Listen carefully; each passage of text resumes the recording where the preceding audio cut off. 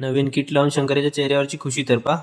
रामराम मंडळी. सकाळी माझे कामं वगैरे करून घेतले, ब्रश घेतला आणि ब्रश करतच बाहेर निघलो. काकूच्या घरी गेलो. काकूला म्हणलं नाश्त्याला काही झालं का? आता काहीच नाही झालं म्हणे. मग घरी आलो, आंघोळ वगैरे करून घेतली. मी स्वतःला सारशामध्ये पाहू लागलो. खूप सुंदर दिसायला लागलो राव मी. हो की नाही कमेंटमध्ये कळवा. मग बॉटल आणि अगरबत्ती घेतली, बोरिंग वरती आलो, भरून घेतली आणि मंदिरात गेलो. पूजा वगैरे करून घेतली आणि तसंच परत घराकडे आलो. घरी आलो, गाडीला डबे वगैरे बांधून घेतले आणि दूध वाढायला जायला निघलो. तर मागच्या चक्क्यामध्ये हवा कमी होती म्हणून गणराजच्या दुकानामध्ये आलो, तर गणराज नव्हता. मग डुगू दादाला हवा मारून मागितली. डुगू दादाने हवा वगैरे मारून दिली. मग भद्रावतीला गेलो, दूध वगैरे वाटून घेतलं. दूध वाटून झाल्यानंतर आजीच्या घरी गेलो. त्याचे भांडे वगैरे घासून घेतले आणि मग आलो भाजीपाला घ्यायसाठी. भाजीपाला वगैरे घेऊन घेतला डबागोबी घरच्यासाठी. तेवढ्यातच तो भाजीपालेवाला म्हणत होता की चाय पितो का? तर मी म्हणलं मला फुकटचं जमते सगळंच. मग त्यांनी चाय बोलावला, चाय वगैरे पिऊन घेतला आणि तसंच मग राजूभाऊच्या दुकानामध्ये आलो. राजूभाऊच्या दुकानात येण्याचं कारण असं होतं की आमच्या मंडळाची नवीन किट आली होती, ते आम्हाला आज न्यायची होती म्हणून मी समोर आलो होतो. बाकी मुलं मागून यायचे होते, त्यांची वाट बघत बसलो. मग काही वेळातच ते आले ना. म्हणलं तुम्हाला खूप उशीर झाला ना, कधीपासून वाट बघत होतो राव मी तुमची. त्यांनी म्हणायला लागले की ट्रॉफिकवाल्यांनी थांबवलं होतं म्हणून थांबलो होतं. तर चला मग आता आले तर किट बघून घेऊ. मग राजूभाऊनं आम्हाला किट दाखवून दिली. तर शंकर म्हणायला लागला मी घालून बघतो. शंकरने घालून बघितली आणि मग शंकरच्या चेहऱ्यावरची खुशी मावत नव्हती. खूप छान दिसत होती राव किट. त्यांना म्हणलं आता किट वगैरे घेतली तर तुम्ही घेऊन जा गावाकडे. मी माझी ढेप आणि एक सुद्राचा कट्टा आणायचा आहे. तर मग मी सुनील भाऊकडे आलो. सुनील